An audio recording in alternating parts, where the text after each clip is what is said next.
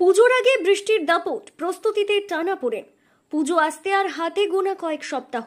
চারিদিকে প্রস্তুতির ব্যস্ততা, মণ্ডপে বাঁশ বেঁধে চলছে সাজসজ্জার কাজ, দোকানপাটে ক্রেতাদের ভিড়। কিন্তু এর মধ্যেই চিন্তা বাড়াচ্ছে বৃষ্টি।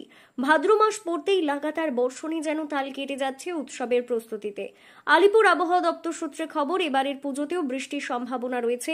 মৌসুমী বায়ু বিদায় নেবে অক্টোবরের দ্বিতীয় সপ্তাহে, ফলে দুর্গাপুজোর সময় বৃষ্টির হাত থেকে রেহাই নেই। আবহাওয়া অফিস আরও সতর্ক করেছে, ঝোড়ো হাওয়ার সঙ্গেও নামতে পারে বৃষ্টি। ফলে মণ্ডপ নির্মাণে সমস্যায় পড়েছেন কারিগররা। বাঁশ, কাপড়, আলো সাজানোর কাজ বারবার আটকে যাচ্ছে। ক্রেতারা বৃষ্টি মাথায় করে বাজারে এলেও দোকানদারের দুশ্চিন্তা, আসল ভিড় জমবে তো।